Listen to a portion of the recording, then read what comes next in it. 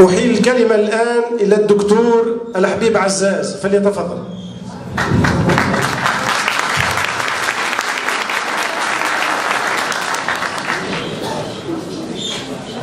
نحن ندعو إلى تنويع السياحة، وتنويع السياحة في مدينة لمطة ممكن بالآثار الغنية جدا لهذه المدينة، واللي الآثار هي في حد ذاتها ولا تتكبل البلاد، كبلت البلاد في النمو السكني، في النمو المساكن، وأصبح النمو وغلاء، وأنتج هذايا غلاء للأراضي الصالحة للبناء، وكلها بتجميد هذه الآثار.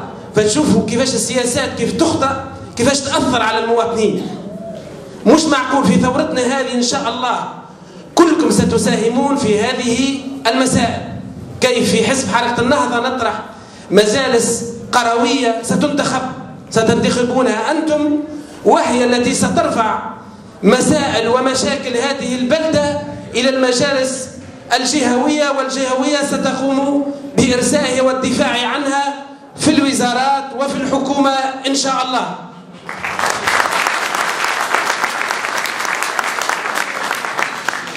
ثالثا لابد أن أتطرق إلى مسألة الانتخابات.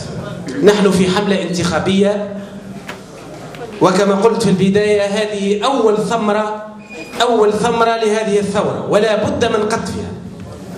وعملية القطف ستكون بإنجاح هذه الانتخابات، وإنجاح هذه الانتخابات ستكون أولا وآخرا بمساهمتكم في الانتخابات.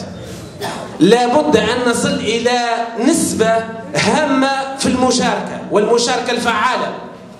المشاركة لابد، احنا بنقولوا ما لا يقل على 70% من المشاركة. المشاركة الفعالة باختياركم للأمثل، حتى وإن لم تختاروا حزب حركة النهضة فاختاروا من تراهون أرجح، لأن مصلحة تونس هي أهم من كل الأحزاب وأهم من حزب حركة النهضة كذلك.